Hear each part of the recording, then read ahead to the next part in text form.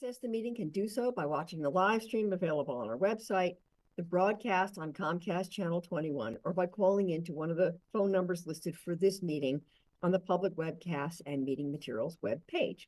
Thank you again for joining us, and I call this meeting of the Eugene City Council, this work session to order, and I will turn it over to the city manager for introduce the first agenda item. Thank you, Mayor. Our first work session is actually about our urban forestry canopy, which I'm looking out at. And from my current location, I have an amazing view of our urban forest, but not everybody does. And so I'm happy to learn about ways we can improve that. And I believe Craig Carnegie, our Parks and Open Space Division Manager, is going to kick us off in a presentation. All right, thank you, Sarah. And good afternoon, Mayor and Council. I'm Craig Carnegie, Parks and Open Space Division Manager. And I'm here with Carrie Peterson, our Green Infrastructure Section Manager. This section maintains all of the vegetated stormwater bioswales in the right-of-way, our landscape medians, as well as the city's urban forestry program. We also have on the panel Spencer Crawford, our urban forestry supervisor, Heidi Lakis, our urban forestry technician, and Paul Radloff, our green infrastructure management analyst. And they're all available after this to answer questions after Carrie's presentation. And Carrie is going to present to you a draft vision and action plan for how we will operate and maintain public city trees moving forward. This is information only, and there will be no council action requested around this plan. But first, I'd like to just briefly provide a little context. One of the city's most important physical assets, if not the most important, is its local natural landscape. This landscape is not only beautiful with great recreational value, it provides environmental health and resiliency for the entire community. It is your Parks and Open Space Division's purpose to steward much of this natural landscape for everyone to enjoy and benefit from. The division has several plans we've shown you that help guide our work protecting and enhancing these spaces. You approved the Parks and Rec System Plan in 2018, guiding park capital development. I shared with you recently the Rivers for Ridges 20-year vision update for trails and interconnected green spaces, weaving in and around the city. And way back in 1992, the City Council adopted the original Urban Forestry Management Plan. The council has long recognized that the city's trees are an essential part of our community's natural landscape. Trees in our urban forest are vital to providing that beauty, environmental health, and resiliency mentioned earlier. Most of our community's trees grow on private property, but a significant number are found on public city-owned land, such as parks or within the public right-of-way. And these are the trees that the Parks and Open Space Division and the Urban Forestry Program manage, and what most of today's Vision and Action Plan is about, those public trees. The Urban Forestry Program's mission is to manage, preserve, and grow Eugene's urban forests, specifically public trees. The program provides emergency response and tree risk management. You likely saw many of our crews out during last winter's ice storm at all hours of the day and night, working to get homes, streets, and public spaces back up to a safe condition. With larger storms impacting our area, our urban forestry arborists have truly become first responders. They also manage tree care and soil health. They perform preventative tree pruning to make our trees stronger and more resilient, and plant trees in sustainable ways that ensure their health and longevity, especially as we see more frequent drought conditions. We work with our Public Works Engineering and Maintenance Division partners on sidewalk repairs, inspecting trees, root pruning where needed, and improving species, soil, and site selection for future plantings to reduce impacts to adjacent infrastructure. You recently received a memo from our city engineer with an overview of the city's sidewalk program, including how they're repaired. And I believe a work session on sidewalks will likely be held with you sometime early next year. The Urban Forestry Program also manages tree permits, ensures regulatory compliance for public and private projects, and performs public outreach and education about tree care and their benefits. All of our efforts to manage, preserve, and grow, or all other efforts to manage, preserve, and grow Eugene's urban forest on private land are done by this team through partnerships and leading by example. It's a highly respected team in the Pacific Northwest region, working with professionals from the International Society of Arboriculture. It's a small but a mighty team, and I think while you'll see this plan is quite ambitious, we have the right people to begin this work and make forward progress toward council stated goals for the urban forest. With that said, Parks and Open Space and Urban Forestry will not be able to get the city to the council stated goal of 30% canopy coverage alone. We know the city currently faces budget challenges, and the Urban Forestry Program will do its best to leverage other resources such as grants, which we have some very large ones being applied for as we speak. But all of this increased canopy coverage work that needs to happen will really need a community-wide effort working with residents, the private sector, other public agencies, and nonprofits to get there. We're optimistic, and now I'm going to turn it over to Carrie to present the details of the management plan.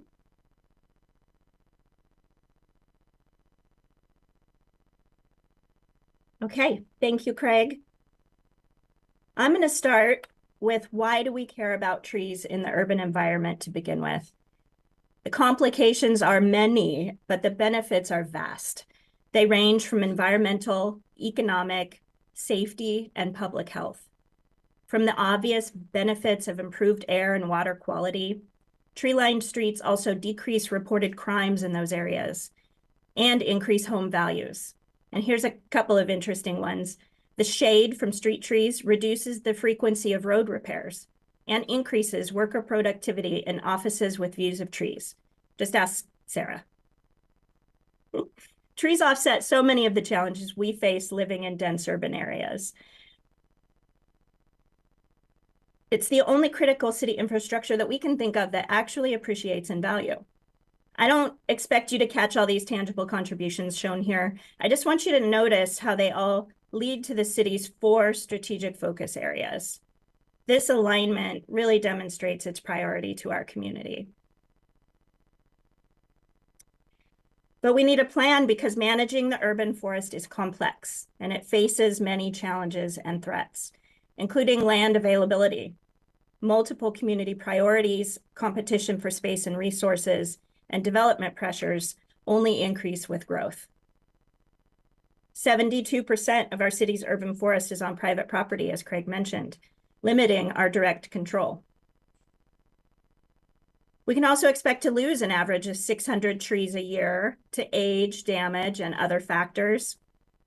13% of those annual tree removals have been due to root-related sidewalk damage. We work closely with our partners in public works maintenance, but there's more work to be done to reduce this burden. We've also done a pretty good job of offsetting these losses, planting an average of 1,000 trees annually over the last 5 years, with strict right tree, right location techniques. But if we want to do more than stem the tide, we'll have to bump up these efforts. Climate change has increased weather extremes. Storms, drought, wildfires, pests, all threaten the tree health in Eugene. Emerald ash borer has arrived in Oregon, and it's imminent here. 9% of our street trees are ash. Its arrival will deliver a costly and detrimental blow to our entire urban forest. Parks and Open Space is working closely with the State Department of Forestry and agencies throughout Oregon to develop an integrated plan for how to address this negative impact. Strategies will be shared with Council as soon as possible.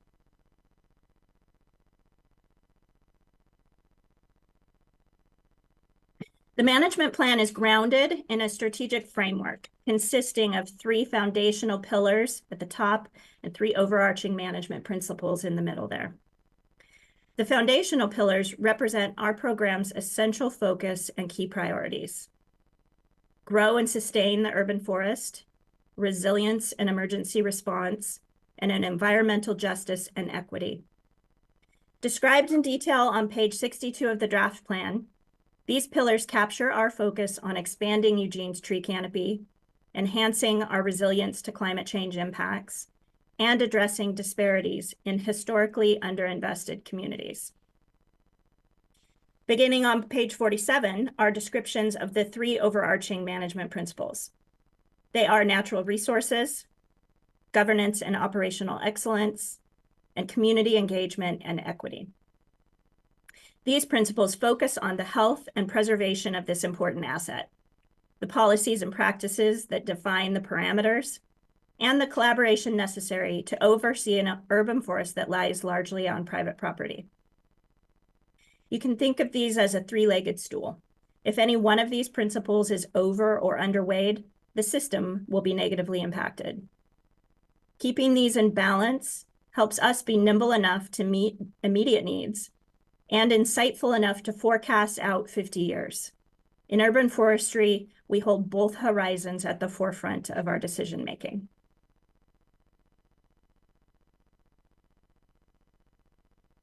Okay, get comfortable. I'm going to be on this slide for a couple minutes. Overall, the city is doing well. We are on the right track with a 24% urban tree canopy cover. And if you aren't sure what we mean by that, canopy coverage is basically the total amount of treetops as seen from a bird's eye view across the entire city. Eugene also has an overall tree equity score of 85. Tree equity is a national tool that measures how well tree canopy is distributed to address socioeconomic and environmental disparities in communities. It takes into account population density, income levels, heat island effects, air quality, and health outcomes. Very comprehensive. A score of 85 suggests that Eugene's tree canopy is fairly evenly distributed, but there is room for improvement. Tree equity is a critical tool that we use to determine where service levels should increase to better serve our vulnerable communities that could most benefit from the cooling effects, cleaner air, and health improvements that trees provide. In addition to ensuring equal access to the rich benefits of green spaces, we take equity a step further by considering the nuances of diverse identities and cultural heritage, as well as ensuring that members of marginalized communities' voices are heard. The environmental impacts of trees simply cannot be overstated. A machine that can clean air and water better than a tree has yet to be invented. Based on the data derived from the U.S. Forest Service and the EPA, the environmental benefit of our current existing street trees is calculated at $13.2 million. This takes into account just a few things: the amount of CO2 and sediment pollutants removed, and the stormwater intercepted and cleaned annually. For the purposes of this plan, we've adopted the Parks and Rec Systems Plan's 6 planning districts, which allows us to capture the unique characteristics of each district and customize solutions to address those specific challenges and opportunities within each. I'm going to take a little bit of time and walk you through some of the highlights of each district's profile. And in the draft plan, if you want to follow along, those start on page 79. So let's dive right in with Willackenzie. This district has 22% canopy coverage. It is distinctly separated by the Beltline, with the south side characterized by larger lots, single-family housing, and large aging trees. Development has been robust to the north, with an increase of dense multifamily housing. As such, our strategic focus for this district includes preserving and sustaining those mature trees in the south and providing adequate planting and establishment to the north, ensuring both areas within this district maintain and grow canopy on public and private property. River Road Santa Clara has 19% canopy coverage. As you know, this district is a patchwork of City of Eugene and Lane County jurisdiction. Our strategic focus here includes preserving the existing mature tree canopy and engaging Lane County, as well as private developers and community, to plant more trees on both public and private land.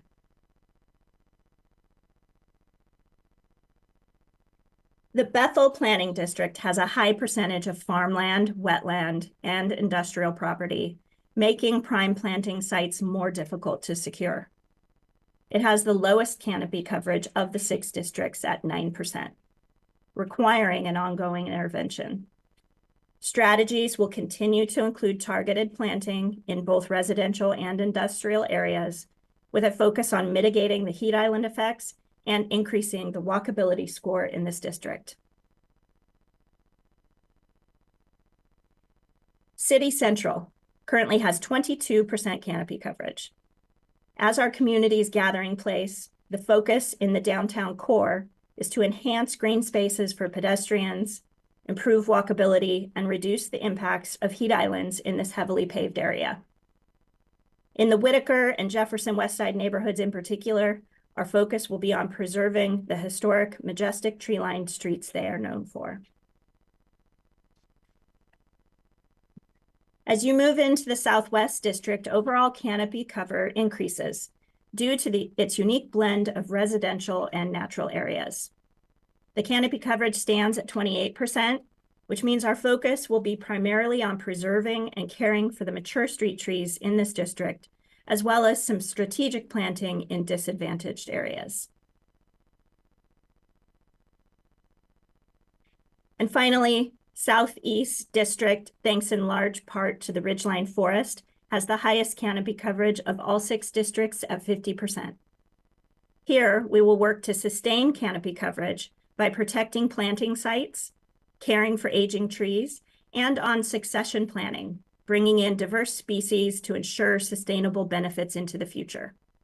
Interestingly, though, the right-of-way and some discrete neighborhoods here are actually lower than average, which will become the focus sites for this district's planting efforts.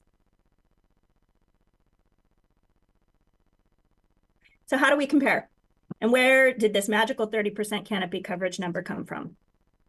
A common global benchmark for cities looking to ensure equitable access to nature is the 3-30-300 rule. It says individuals should see 3 trees from their dwelling, have 30% canopy cover in their neighborhood, and live within 30 meters of a high-quality green space. Given Eugene's size and our growing conditions, 30% is a reasonable and achievable goal.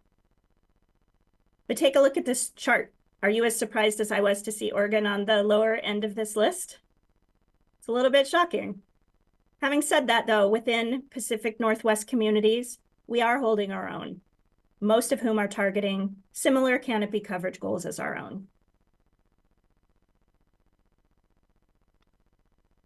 So this plan includes multiple goals and objectives by each of the 3 pillars, starting on page 63. But today we're going to spend a little time digging deeper on the grow and sustain the urban forest pillar for 2 reasons.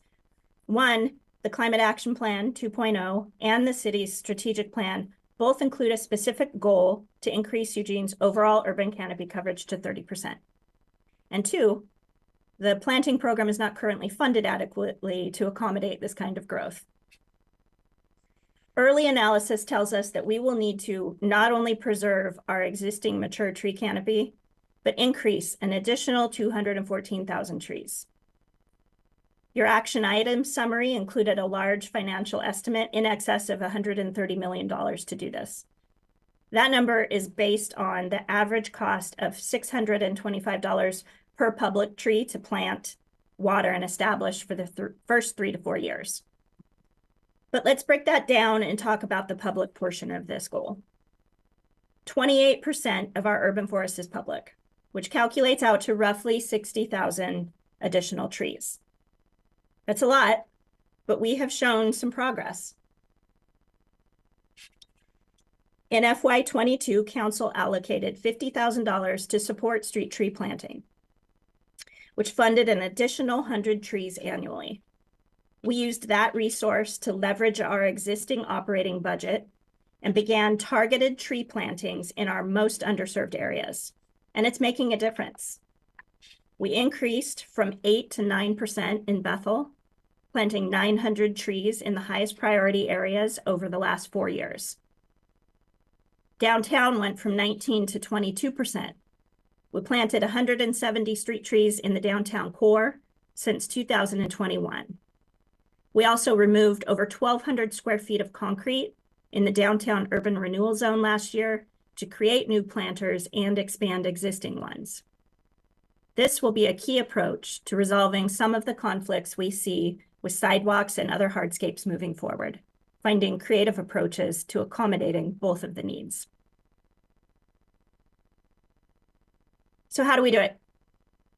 We do it with a 2-pronged strategy that focuses on what we have direct control over and establish a strong regional approach to urban forestry citywide on public and private land. One idea toward progress is to plant 1,500 trees annually in the right-of-way and in parks over the next 15 years. This would get us closer to full stocking levels in both the right-of-way and parks, and it would be a very visible sign of our commitment to increase tree canopy, as well as being a manageable level of growth. The annual additional investment would be $937,000. Having said that, we recognize that the city budget is constrained. There are multiple competing priorities in need of resource. So we're taking every opportunity possible to leverage our existing resources with short-term funding streams. As Craig mentioned, we have 2 grant applications outstanding to help fund this work. The Oregon Department of Forestry Growing Equity IRA grant.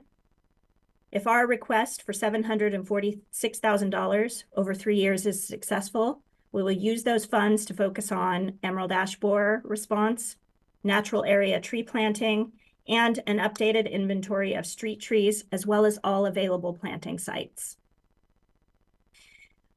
The second application is to the Environmental Protection Agency IRA Community Change Grant.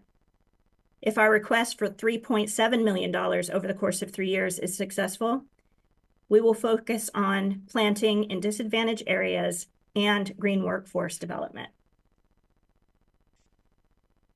Voters approved the addition of $2 million, as you know, in street tree projects to the 2025-2029 transportation bond. These funds are being used to plant and establish trees in the right-of-way, soil remediation, and removing barriers to planting along transportation corridors and in underserved areas. With the large majority of our urban forests outside of our direct control, strong regional partnerships are critical to our success. Similar to what we have seen with regional Rivers to Ridges collaboration, we envision a similar model for urban forestry initiatives that maximizes the resources and strengths of each organization. Fast forward 15 years, and the return on this investment is exponential. Using calculations again derived from EPA and the U.S. Forest Service, we can anticipate these 22,500 future street trees will capture over 1,000 tons of CO2, remove over 96,000 pounds of pollutants, and capture and filter 42,750,000 gallons of stormwater. True workhorses. If you combine this value with that of our existing street trees, we will be looking at a future total environmental services benefit of $17.4 million from our public street trees alone. It's a remarkable value. We have been working towards this management plan for several years. In 2020, we sought stakeholder feedback, researched national benchmarks, and began content development. We come to you today at the completion of phase 2. We refined and further developed the content, data, and metrics, put in place the strategic planning framework, and analyzed the districts to create customized profiles. Next, we'll move into phase 3 to reach out and engage the community with this draft plan and undergo rigorous stakeholder vetting. We'll incorporate the feedback, refine, design, and finalize the plan. It'll be a lot cuter than the draft you had attached to your meeting notices today. And finally, we will return to council in spring of 2025 in honor of Oregon's Arbor Month with a final draft of the plan, including specific strategies and a financial impact report to discuss funding options with you at that time. On behalf of the entire urban forestry team, I thank you for your time and for allowing us to share this work in progress with you. And with that, we will open the floor to your comments and questions. Thank you so much, Carrie. That was so interesting and also inspiring. I think it's just, it's so wonderful to be talking about planting trees. With all of the other challenges we face, it's just feels good and feels right. And I just really appreciate the thoughtfulness of the work you all are doing. And it looks like we have a few questions. So Randy and then Alan. Thank you, Mayor. And thank you very much, Carrie, for the presentation. I certainly appreciate the work that's being done with our trees and our system here. I do have a few questions. First of all, I think this is the case, but I want to confirm that new trees going in are replacement trees. We're picking species with root systems that are less likely to disrupt sidewalks and pavement, correct? Absolutely. We have a very thorough right tree, right location planting technique that takes into consideration many things, including that. And Excellent. it's in the plan. The details are in the plan. I can point you to the page. Great, thank you. And then the second question, same thing about drought tolerant trees, which I know we're going to probably see continue movements towards a drought. Yes, absolutely. Heidi could maybe give you a little bit of information about how we select our trees, but there's not all of our natives are well adapted to the changing climate, and so we're having to expand the scope of the types of trees we're planting. But Heidi, please give us a little bit of info about that. Yeah, back in 2020, we actually went through and redid our approved street tree list and planting guide. And as part of that, we really thoroughly vetted all the species on there for root concerns, drought tolerance, climate change, and looking towards where we're thinking that climate might end up here in 20, 30, 50 years from now, and bringing some of those species into town now to make sure that we have those trees growing for a long time to come. We can totally share that approved street tree list and planting guide with you too, so you can see the myriad of trees that we have on there. That had undergone quite a bit of stakeholder vetting too, and I'll leave it at that. Heidi, is that list available online so that a member of the public could go to your page and see what they are? I'm seeing some heads nod yes. Okay, great. And then my last question for the public, could you briefly explain the tree replacement process for dying and damaged trees and how someone would register their observations and concern about a particular tree? Heidi, go ahead. Keep going. You've got the floor. Sure. Anybody is free to call in to the Public Works front office and submit a request for service that way, or do it online. And both of those methods would get to us to go out and then look at the trees. And we've got arborists on staff that will go out and assess the trees, their health condition, the need for removal or maybe retention. And then we'll have conversations with the property owners about that. All of the street trees that we have in the city are under Urban Forestry's care. So all of that work, if it's removal or stump grinding, would be under our program to take care of. We do have a permitting process too for folks that might want to do work on our publicly owned trees outside of our capacity or our timeframes to do things. But we're very mindful for public safety. That's one of our primary concerns, in making sure that we take care of the most highest needed things in a proper order. Friends of Trees has been a great resource for us for replacement trees too. And so a lot of times the public can go out to Friends of Trees to help get replacement trees and plan. Our tree planting program is pretty small and very targeted, so we can be very efficient with our resource. And so we're not automatically replacing every single tree we remove in those exact spots, just to keep efficient with our program and what we have currently. Thank you. One follow-up question. What resources are available to community members for private property? I know we're not going to come out and remove a tree on private property or trim it, but what do we have in the way of knowledge, advice that can be shared, and how does the public access that? Yeah, if there's ever a concern, we're out there and we want to see things that might be threatening the right of way too. So if we have an imminent tree failure that's happening on private property, we're going to do our best to outreach to that owner of that property. But if something is threatening our right of way, we might step in and take care of that, just to make sure that we're keeping the public safe. How about advice for dangerous trees, like a pronged widowmaker? Yeah, there's some resources on our website, and we're always happy to answer questions and at least get people to the right folks to talk to about public trees, private trees, other resources. Thank you very much. Okay, thank you. Alan, we've got a whole lineup. Everybody's got questions. So Alan and then Lindsay. Thanks. Great presentation. Thank you for all this work, putting it together, and good work on pulling together a plan. Count me in as a supporter and willing to prioritize this in the budget. Probably have to phase it in over time to get to the full amount, but the value and the benefits are super clear to me. Climate, air quality, stormwater. I mean, they're indirectly affecting all of those. And so we don't see them in a dollars and cents necessarily, but they're super clear benefits to me. And you didn't even mention quality of life and how immeasurable that is and how valuable that is. So thank you for putting this all together. Looking forward to seeing it again. I had a couple of questions. One, what is the Friends of Trees role in this plan, and what other partners? Can you describe that?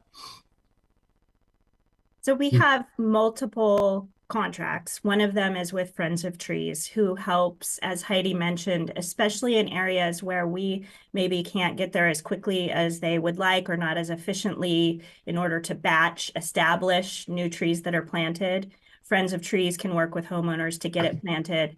The homeowner then volunteers to establish that tree, and we can get trees in locations outside of the batched areas that we're focused on, those targeted planting areas.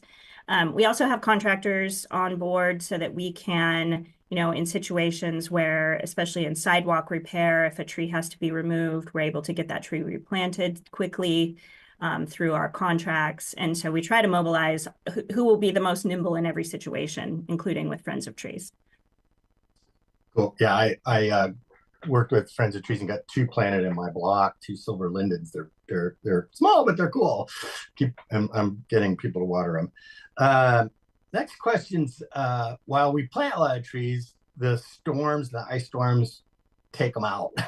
And we've seen that over and over again. And it's in the hundreds, if not thousands. After the 2014 ice storm, I think we had like 3,000 to 3,500 stumps that we had to get rid of.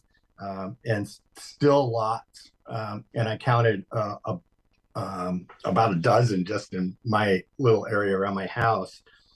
So what's the plan to take them out, and how does that work? Yeah, Heidi, I can let you talk about that one as well. The thing I want to say about resiliency to storms is the commitment and investment that we have in proactive tree care has really reduced the number of damaged trees that we've seen, especially in this last storm. If you look at the devastating damage around our region, Eugene fared fairly well. And that is because we have a proactive block-to-block pruning that helps those trees be more resilient when that extreme weather hits. Right. But the stumps, Heidi, you're on. Yeah, so stumps are kind of our placeholders for trees. And what we found over time is that sometimes if we get ahead of stump grinding and not going back to replace those trees right away, that space could turn into something else very easily. And so we grind stumps when we have a planting plan in place. So if Friends of Trees is going to plant trees, or if it's for our in-house efforts or for other reasons, we'll grind that in advance of tree planting, and it happens maybe a few weeks before the actual tree gets into the ground. Yeah, that makes sense. Do we have an estimate of how many stumps there are? We do have all of our stumps notated in our GIS system. I don't have that number offhand. I want to say it's in the several thousands of identified sites that we know that have stumps in them. That's all on our GIS website. Yeah, I expected several thousands. Yeah, and the plan you guys have, it'll take a long time to get rid of all those stumps. Maybe we should think about that. Other question I have is about dead trees. So on private property. So when you call the insurance company and say I have a dead tree, they come and they say to the homeowners, if we'll cut up, we'll half and half, we'll do half, you do half. And the insurance company comes out and sends a tree arborist out, and they cut the top half of the tree off and leave this towering stump, which is sometimes good for habitat, but there are a lot of them in my neighborhood where these trees are just, there's a half a tree sitting there and they're not going to grow back. They're dead and they're just sitting there. So what are we doing about that? Is there something we do about that? So that is a really good question. It's not directly within our purview, but I think it's a phenomena to be aware of. What I will say about that is that we spend a lot of time facilitating, the expertise of our private arborists in this community so that when private homeowners do have tree work that needs to be done, they have a trustworthy set of skills. They're ISA certified, similar to we are. So we host a lot of things here and reach out to our private arborists so that we can make sure that we're elevating the skill set for those private trees as well. Yeah, well, and having had to take out one after the 2014 storm, I know it's expensive. Maybe we could work into this plan a loan or some kind of grants to help people pay for that, because I mean the tree I took out cost $8,000, and not everybody has that kind, including the stump. It doesn't everybody have that kind of cash to be able to do that.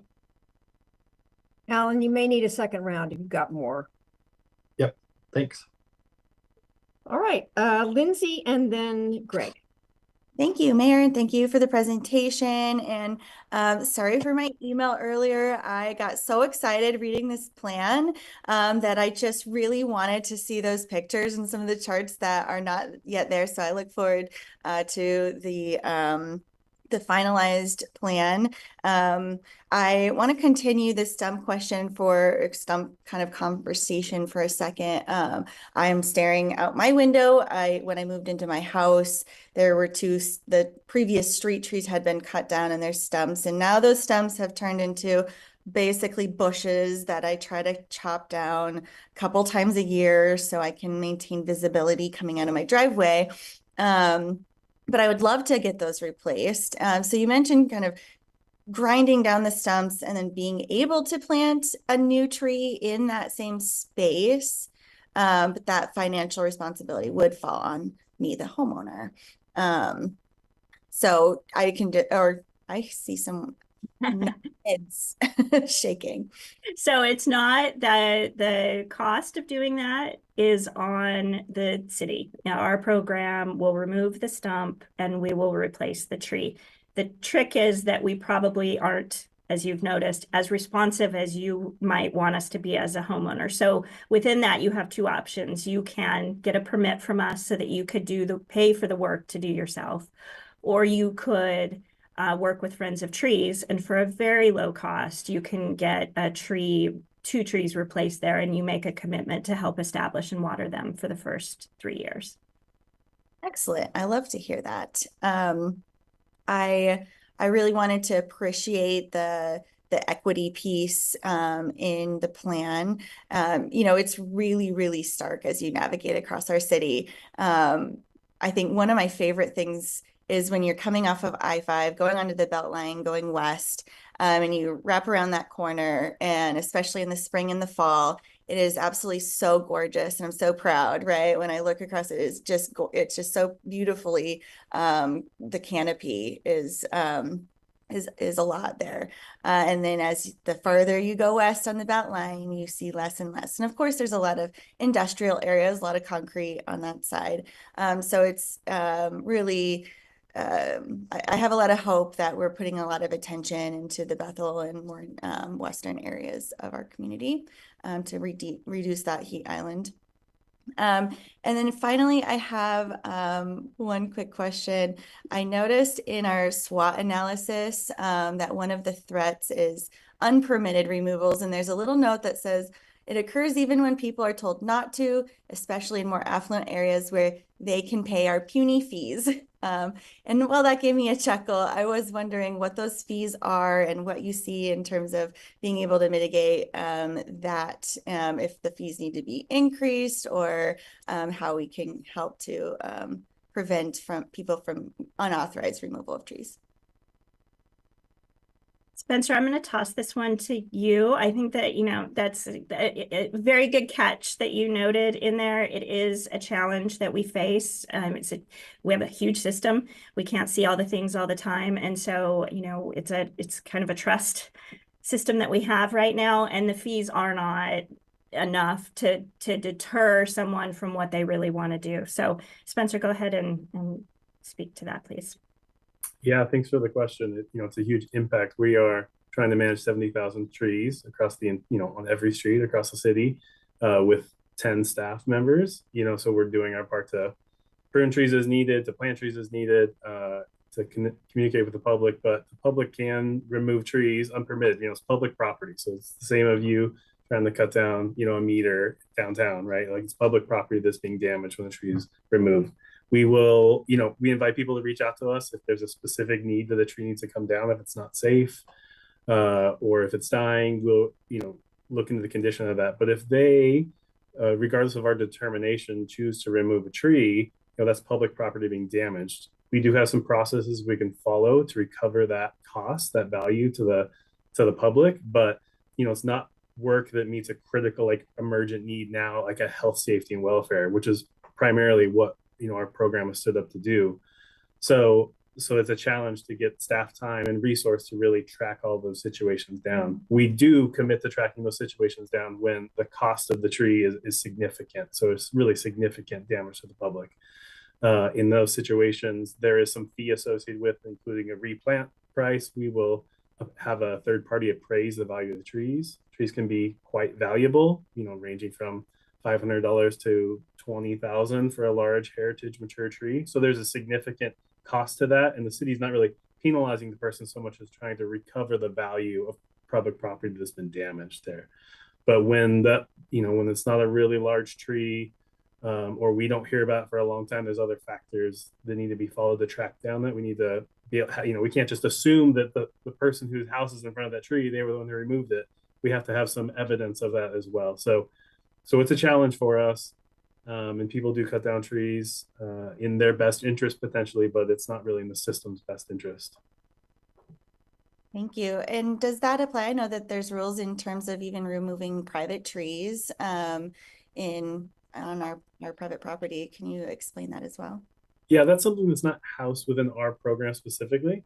That's another team that looks over private tree and the code in that. But yeah, there are rules there. Private property owners, depending on the size of their lot, dwelling units on the lot, are allowed to remove so many trees per year to receive a permit to remove those, or more under certain conditions.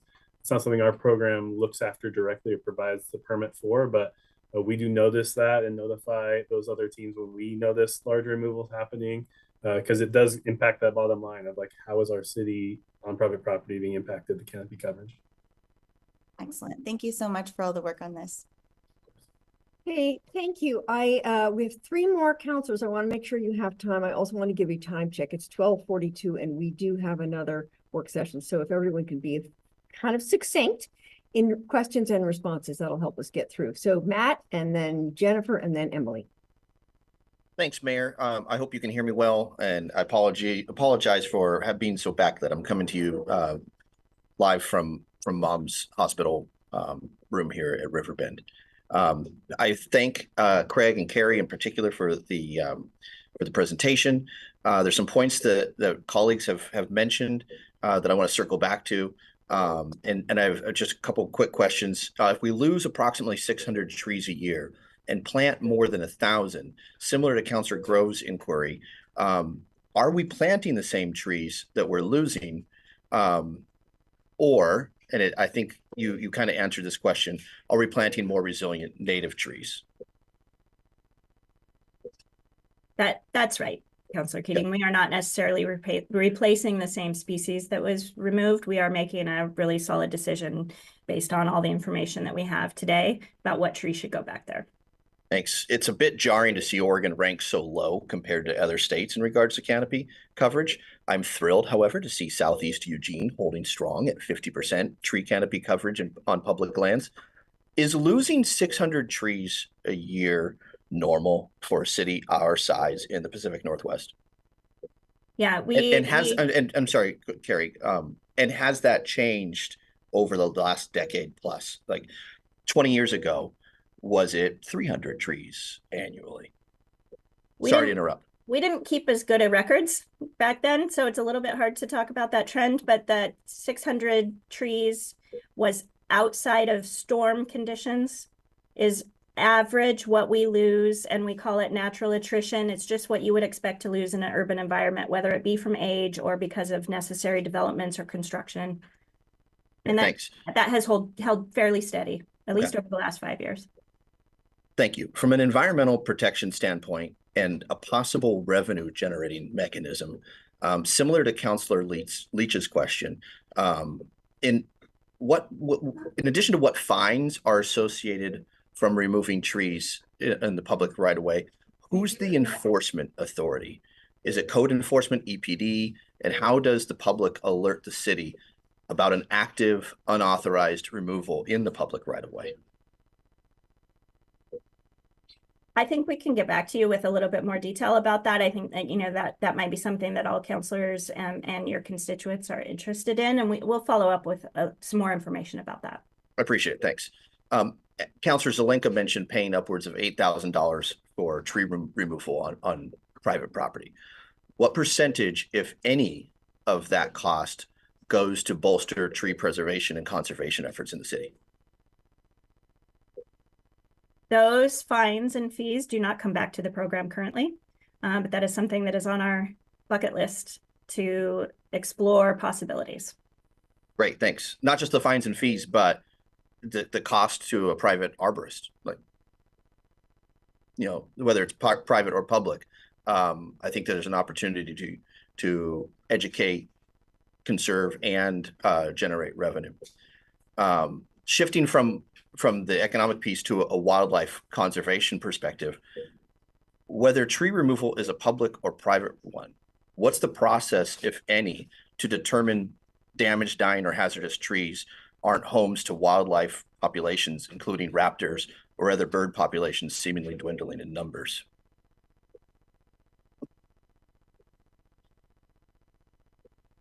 That is one of the many considerations that, as we're looking at our inventory and condition rating of trees throughout our system, whether it be natural areas, developed parks, or rights of way. And part of the grant funding that we hope to get from the Oregon Department of Forestry will help us do more of that type of condition rating and see what the impact is on all of our population. Thanks. And finally, if I could just editorialize, and I'd look for your opinion in my final 20 seconds.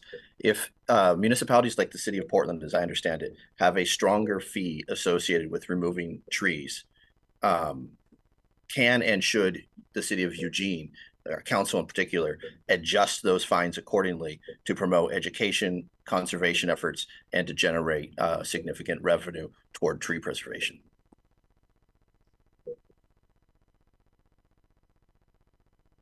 That was an editorial piece and a question, if anyone cares to dive in. I don't see anyone diving in, Mayor, so thank you. I will say, Councilor Keating, it's Deputy Attorney, City Attorney Emily Jerome, that fees are actually set under the city manager's purview. And so that's definitely something your staff can look at, but probably not something that would come back to council. And so, you know, your input here is valuable.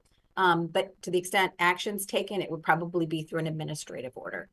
That is very helpful. Thank you. Okay, Jennifer, then Emily. Thank you, Mayor. My questions were answered by someone else, so thank you very much, colleagues. So I will just say that I know over the last, I don't know how many, couple of years now, there was a somewhat of a targeted effort in Ward 4 to put trees into a few areas where it was discovered, looking at data, that it was very tree poor. And so I went to some of those and got to plant some trees, which was surprisingly difficult. We have many rocks. I named my tree Bark Simpson with my husband. It was great.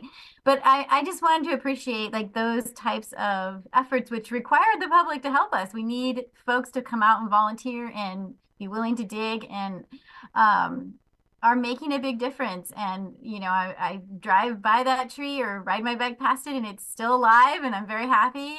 So I just wanted to say thank you, that the effort is large, but it makes a long-term huge impact. So thank you. Thank you for that. And Emily. Thank you.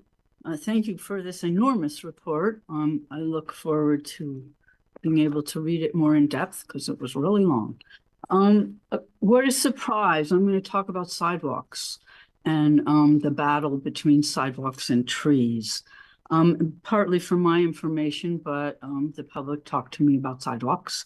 The trees roots lift up the sidewalks, and it's almost more of a problem where they've already been dealt with, and it's new concrete and the whole slab lifts up. So if someone is in need of a sidewalk repair, whether from their own decision or a complaint, do they need to contact the city about the tree?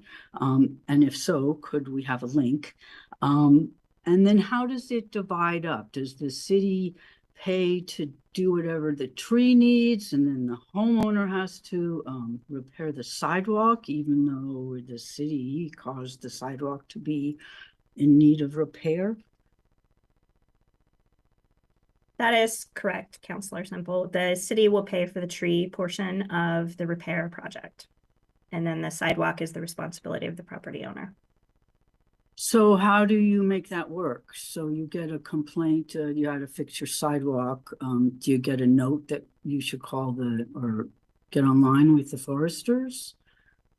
Yes, that is. So whether you have been notified that you have sidewalk damage in front of your home, we have a sidewalk inspector that's in Public Works Maintenance who helps facilitate communication with homeowners. So either you've learned it of your own or you've been notified, you would contact our sidewalk inspector and they would help facilitate the process for either hiring your own contractor to repair the sidewalk or hiring the city's team to repair it. And then those teams would work with urban forestry to resolve the tree-related conflict, which more often than not involves some sort of tree-related conflict. And then those teams will all work together to try to come up with the best strategy at that unique site. I had another question that's, and if it's a private tree that's causing the sidewalk to come up, then you would tell the owner that they need to get the city to look at the tree roots, even though it's their tree, but it's coming onto city property. How does that work? Heidi, can you talk about that particular dynamic a little bit?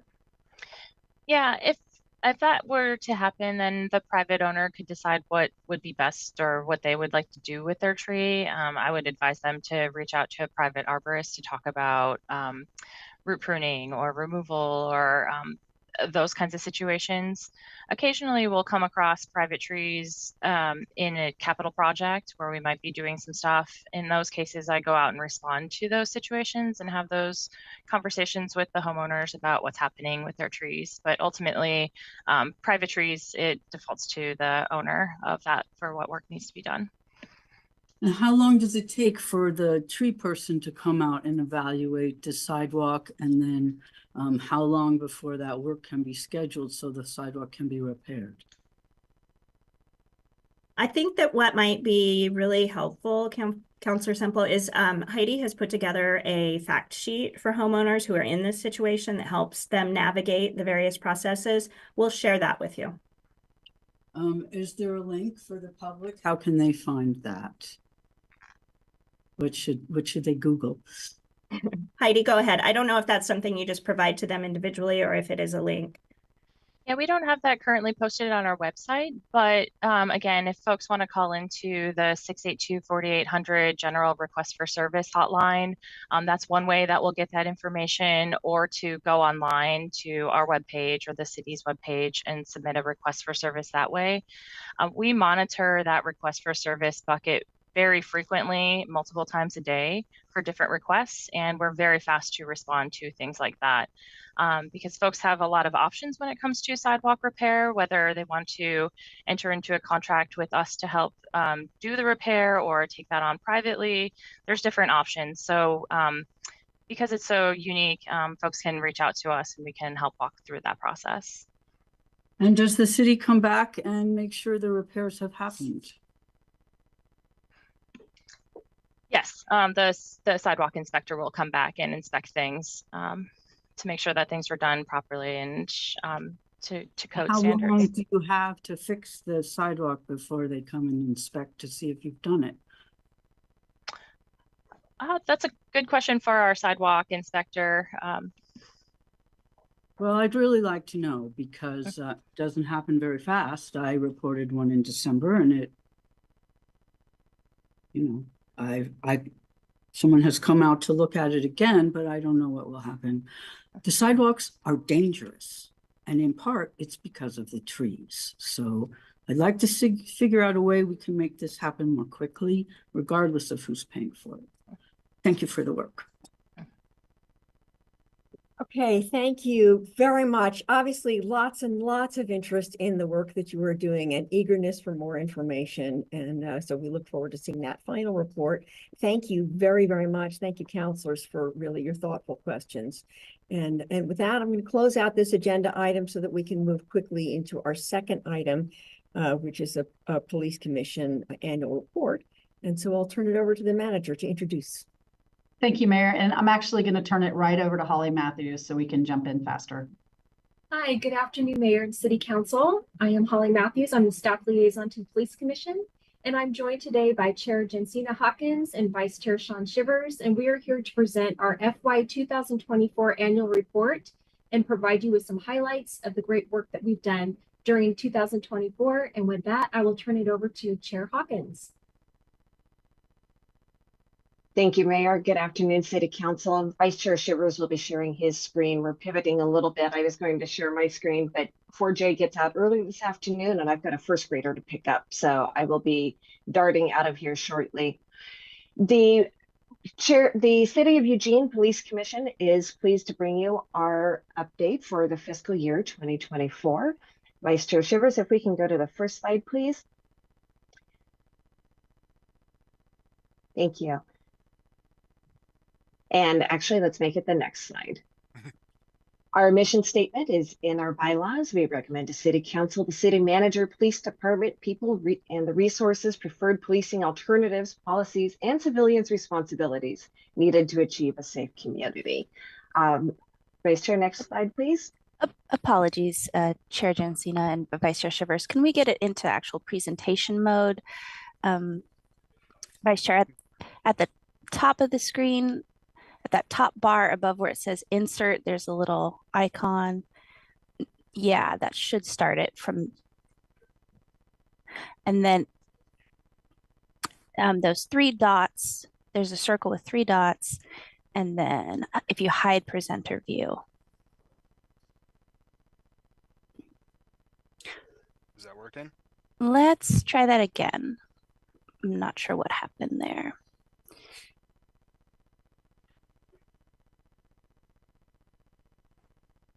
I'm not sure what's going on with this part. Try the presentation mode in the bottom right corner. Yeah, to the Over left. to the left. Nope. Nope. Keep going. 2 more over to the right. That one. Nope. That one. Yeah.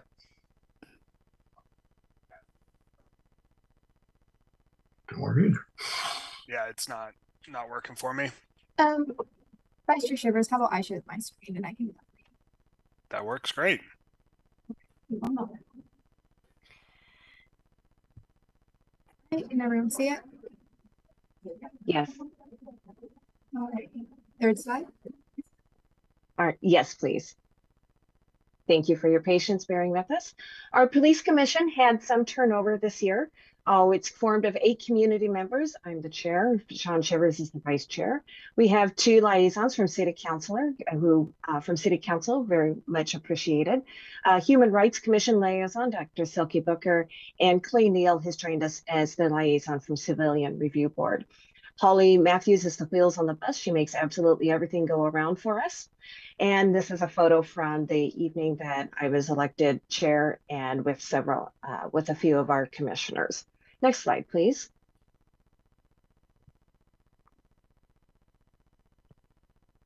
As everyone knows, we lost a very valuable community member. He was the chair of the police commission, a mentor and a friend. And on March 5th, 2024, he passed away and I stepped in as the acting chair, interim chair. He was on the police commission from June 27 of 2020 until his passing, and he was elected chair for 3 consecutive terms. Next slide. Vice Chair Shivers will go into our work plan. Yeah, so we broke our work plan as we have before into 3 major sections. The first top 10 priorities or so are the active work plan. These are our priorities as chair, Jensina has been making sure we hit all of these as efficiently as possible. She'll go into more detail about some of the results of each of those here in a minute. After that, we have the parking lot items. These are mostly used to fill out our agenda when we need a short topic that we can tackle that some of our bigger issues would take too much time. It's also used to inform our next work plan coming up. So we will hear in a few months, it's a little ways away, but we will look back at all these items, what we didn't get to, and use it to inform our future work plans. Same with the third slide. These are very important issues. They did come up during our discussion, but usually because we had addressed them recently last time the work plan was made, some of them fell lower on the list of priorities. But we wanted to record them, make sure we could get back to them later. Thank you, Vice Chair. So let's advance a few more slides and we'll go to the review of the fiscal year 2024 highlights. One of the first ones that was identified as a top priority for Police Commission was virtual policing. This is the MyPD Connect app that EPD rolled out to the community. Chief Skinner and city staff provided a comprehensive overview to the Police Commission, so we felt very comfortable having it in our community and recommending it to our community members for virtual reporting of crimes and being able to schedule FaceTime conversations with actual police officers. Next slide. Downtown safety, the staffing and the presence there is always top of mind for Police Commission and the City of Eugene.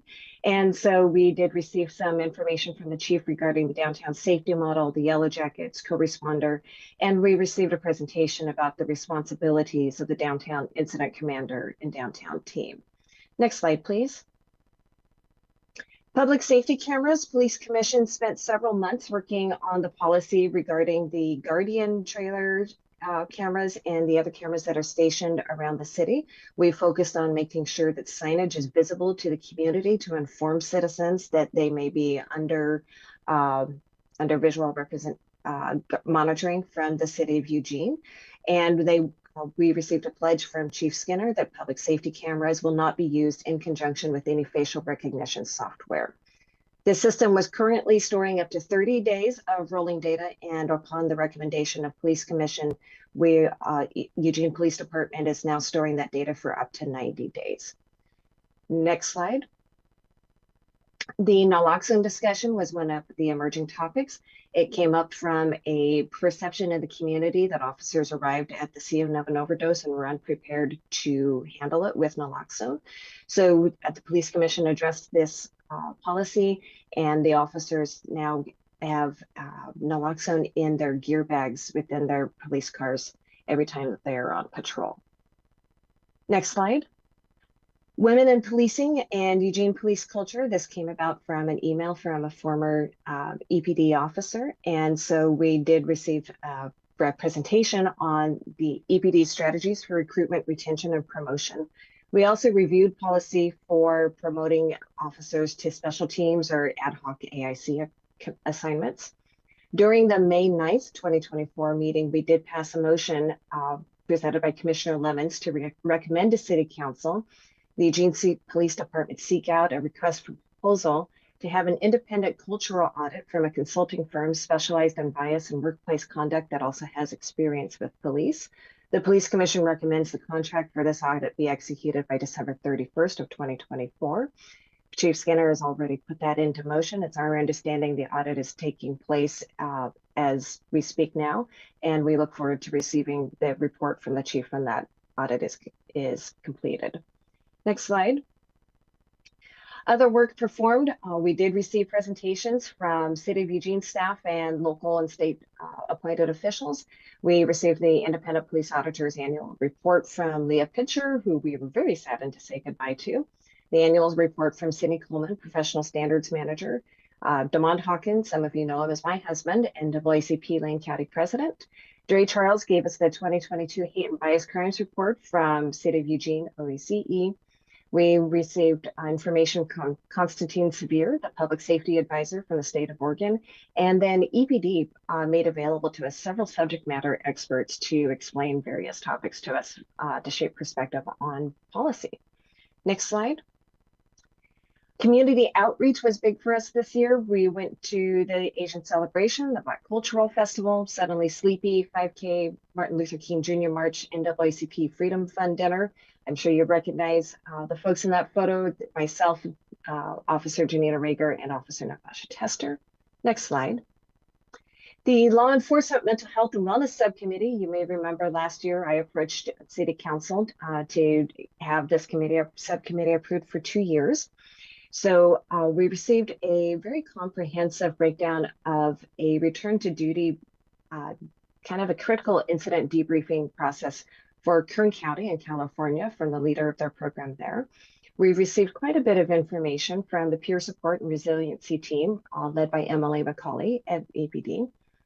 The police officer hiring and background process, Chief Skinner made available to us some folks who work on the psychiatric evaluations prior to hire and explained a lot of that process to us.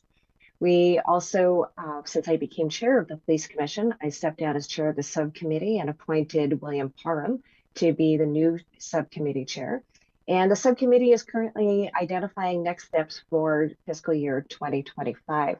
One of the opportunities we look forward to is applying for the COPS, Law Enforcement Mental Health and Wellness Act grant. We're hoping that the third time will be the charm for the city of Eugene, and we'll be able, and that EPD will be able to use that to provide some 24/7 qualified mental health support for EPD. Next slide. For the acknowledgements, as always, we appreciate the support we've received from City Council, Mayor Venus, City Manager Sarah Maderi, and the Chief of Police. Chief Skinner has been very transparent and helpful with us. I noticed he's not on this call, but Deputy Chief Adams is. And we do look forward to addressing police policies and procedures that reflect the healthy, transparent, and safe balance between the Eugene Police Department and the community. We will open up for questions. Thank you very much for a very succinct report on what was actually a very lengthy report. So I really appreciate your ability to give us the important points there, and very much appreciate the work of the Police Commission. And you know, it's a significant and important role in city leadership. So it looks like I have a question from Councilor Evans.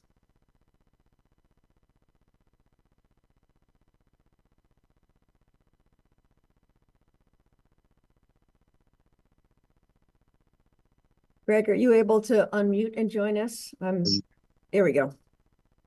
I'm unmuting. I'm muting and putting my camera on now. It should be to do this. Okay. Can you hear me? See me? Yes, we can hear you. Chair Hawkins, I want to commend you on such a really good report that you gave. One of the items that I had on my list as I was going through the report in attachment A was the recruitment and retention DEI portion. It's indicating that it's complete. What specific recommendations did the commission pull out of that report that address the issue of increasing more officers of color and a more diverse workforce for the police department? Can you talk about some specific efforts that have gone out in terms of outreach in recruitment and retention of officers of color? Good. I will let Deputy Chief Adams speak to specific efforts. What I will say that the commission recommended, and as you know, Dr. Silky Booker, as the liaison from the Human Rights Commission, is very vocal about at every single meeting asking the chief with the latest recruiting class how many of these applicants are candidates of color, as well as for promotions and things like that.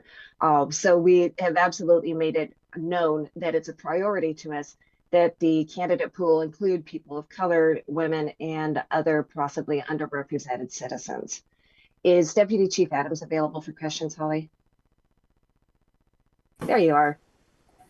Yeah, I'm just kind of staying hidden for a minute. Counselor, it's recognized from this organization that, we talk about police legitimacy. Police legitimacy starts by having a police force that's representative of the community in which we serve.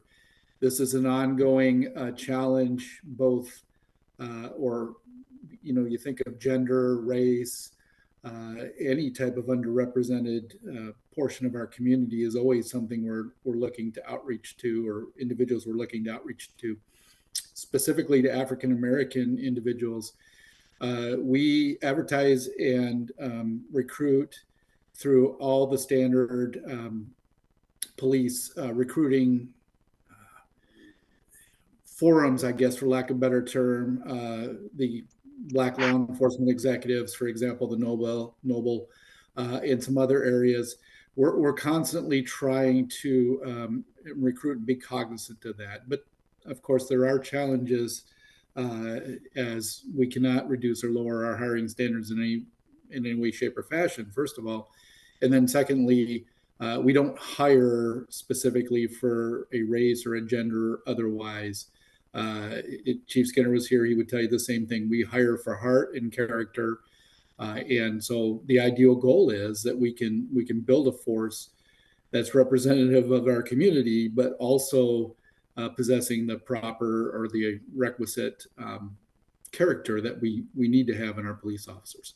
And when I say that, in no way, shape, or fashion, and am I saying that we are getting candidates from any of these underrepresented groups that are anything but that.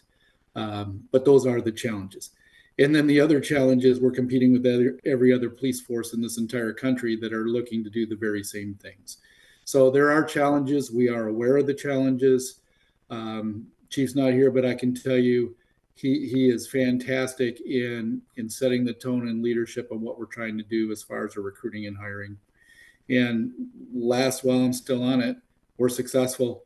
I'll share with you, Counselor Evans, we have an African-American individual that started with us last month. A fantastic hire for us, a very, very diverse and a really good background. So we are getting there. It's just, it's challenging, and we're trying. Yeah. Well, thank you for that. I really appreciate that. One of the things that, I have, police in my family and from across the country. But one of the things that I try to point out to people is that, there are other avenues for recruitment that we may not be touching on. And I can talk to you guys about that a little bit more offline. And also looking at, and I hate to say this, but I know that other agencies have a tendency of, or we have a tendency of poaching from other agencies, officers who may want a different style of life or a living environment. And Eugene can be attractive to officers in that respect, in terms of where they want to go to raise their families and that kind of thing. So I want you guys to keep that in mind as you continue your efforts in recruiting. And I'm glad to hear about the latest hire. So I appreciate it. Thank you. Thank you. Randy and then Alan. Thank you, Mayor. And thank you, Chair Hawkins. Appreciate your efficiency in the presentation. Also want to thank Vice Chair Shivers and the entire Police Commission, as well as thank our police department, which I think we have an excellent police department. I strongly support, and I appreciate the work that's done. I do have a question, and I'm not sure who is the best to answer this. It may even be Chief Adams, but it's regarding mental health crisis response and the changes that we will obviously see with the stabilization center and now the new behavioral health care hospital that will be going in out at Riverbend. And if you just some thoughts on how that's going to change not only the work itself, but kind of how we oversee this when we have HIPAA and other laws that preclude sharing some of the information that might be necessary for the police commission to do their job. Yeah, I will start off while Jensina is switching to her phone. Sorry, the chair is switching to her phone. The chief has said multiple times that we need places for people to go. As you pointed out, we're looking at hopefully getting some of those, and we are currently on the commission pairing that with a look at disability and how officers communicate with people with disability, because those two issues are so intertwined. As to the precise procedural changes that will arise now that we get more options, on the commission, we plan on looking into that. Deputy Adams might have some more insights that we haven't even gotten yet. Thank you, Chair. You know what? I really don't know that I do have any more insights. The announcement It's from early. the hospital, yeah, very, very early. And so I will just make a broad statement here that we are so thrilled and excited for what we're seeing from Peace Health, from what we're seeing with Lane County and mobile crisis response, to our internal program running downtown with a co-responder. I mean, we really have amplified our efforts here, specifically in the last year, as far as how we deal with those and help those that are in crisis. So stay tuned on the other stuff, because we got a little bit of work ahead of us, Counselor. Well, I recognize that this is way out in front, but I also know 2 years from now is a blink of an eye, or 3 years, whatever it is, and there's certainly specific procedures you can't do until you understand the layout of the facility. But I think it's going to be really important to be thinking about this as we move forward. And I would say the same is true with fire. It's going to be a fantastic resource, and I think it's going to help with a lot of the problems that we're dealing with daily on the streets of Eugene. So thank you very much for everything that you're doing and the police commission's doing, and we will stay tuned. Okay, thank you for that. Alan. Yeah, it was a really big loss when Chair Dallas Boggs died suddenly, and a big loss for the community. But I wanted to compliment Vice Chair Hawkins for stepping in and doing an amazing job under trying and very sad circumstances. And now I think and did a very admirable job. And now I think we have excellent leadership at the Police Commission with Chair Hawkins and Vice Chair Shivers. So they're serving us well. Also wanted to shout out to Holly Matthews for the excellent work that she does in supporting the Police Commission, and also a shout out to EPD for being very open and very supportive of the Police Commission and answering all of our questions and working through all of the stuff that the Police Commission wants to talk about. So good job. Thank you. Thank you. Are there any other comments or questions from council on this? Oh, Counselor Jennifer, go for it. Yeah, I'll just add to what Counselor Zelenka said. I also want to thank our new members. We had quite a few new members that joined us recently, and they've really just jumped in, and all of the currently sitting members have really welcomed them. So it's been a really great transition, and it takes like everybody working together to do that, to welcome new people and new ideas. So it's been a really positive experience to get some new folks. And so I guess we owe the mayor thank you for doing that, since she's the one who recommends. But it's been great. And Vice Chair Shivers and Chair Hawkins have done an excellent job, as Alan said, of stepping in and just really like taking the reins at a time where it was difficult, and many of us weren't really sure what to do or how to feel, or and they had to be the ones that were steady, and they've done an excellent job. Thank you. Matt.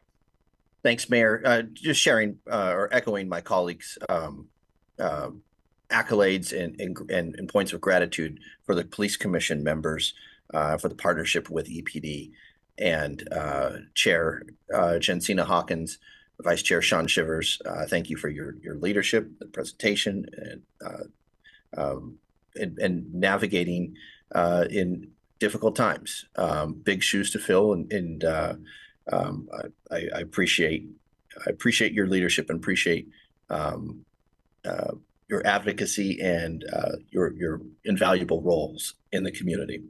My question to you is, what are looking at all the great work, what's the biggest challenge you as individuals or collectively the police commission faces, and what the city council can do to be a helpful partner?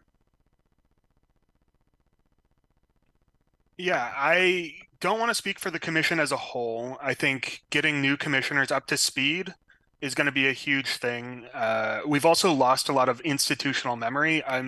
Me and the other counselors are the only ones at the table who were there when I joined. So between number of rotations, getting that consistency, which I'm hoping Lucy's new appointees, Jack, for example, has displayed interest in the police commission for over a decade, and I'm hoping we keep that longevity. From the council, I personally really hope that we can be of service to you guys.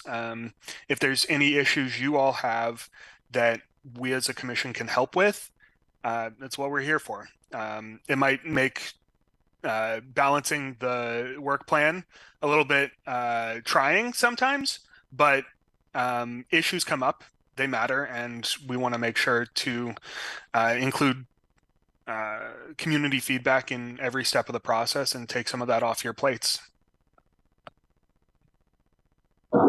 I can speak to that a little bit as well. And part, I think, of the challenges that we discover is that some of the new commissioners, and I myself having been one of them, come onto the police commission rather confused as to our role versus the civilian review board. And within the community, I believe that's a pretty standard confusion, I guess, if that's even a word, that sometimes folks come to us expecting that we will be able to solve individual problems with individual officers or scenarios, and that is not what we are here for. And so I think, but of course, all of us as helpful citizens want to respond. We want to help as much as possible. And so drawing that line in between where we're helpful and empathetic and where we're actually providing the service that we are chartered by City Council to do sometimes becomes a challenge.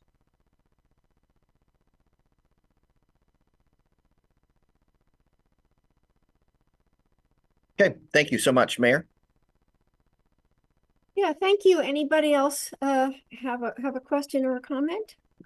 I'll just add again my appreciation for Chair Hawkins for stepping into this role. This is not a simple commission to preside over, and Vice Chair Shivers, I think it is helpful that you have some longevity there and some institutional memory that help balance it out. I think there's there are many issues that could be discussed, and you have only so much time, and so sort of managing expectations and managing that calendar can be pretty tricky. And I really appreciate the work you put in to keep everyone focused and moving forward. And it is very significant work for the city of Eugene, very important work for the city of Eugene. So we appreciate your dedication to it and the amount of hours you put into this and the thoughtfulness that you bring to it. So, and I very much appreciate this report. I find it very interesting. And it's very enlightening, and really appreciate the effort that went into presenting it to us. So if I'm keeping the floor open one more time, but I'm not seeing a lot of other questions. So if no one else has anything else to add, I will adjourn the meeting. With that, you've got a couple of extra minutes in your day, and we are adjourned. Thank you so much.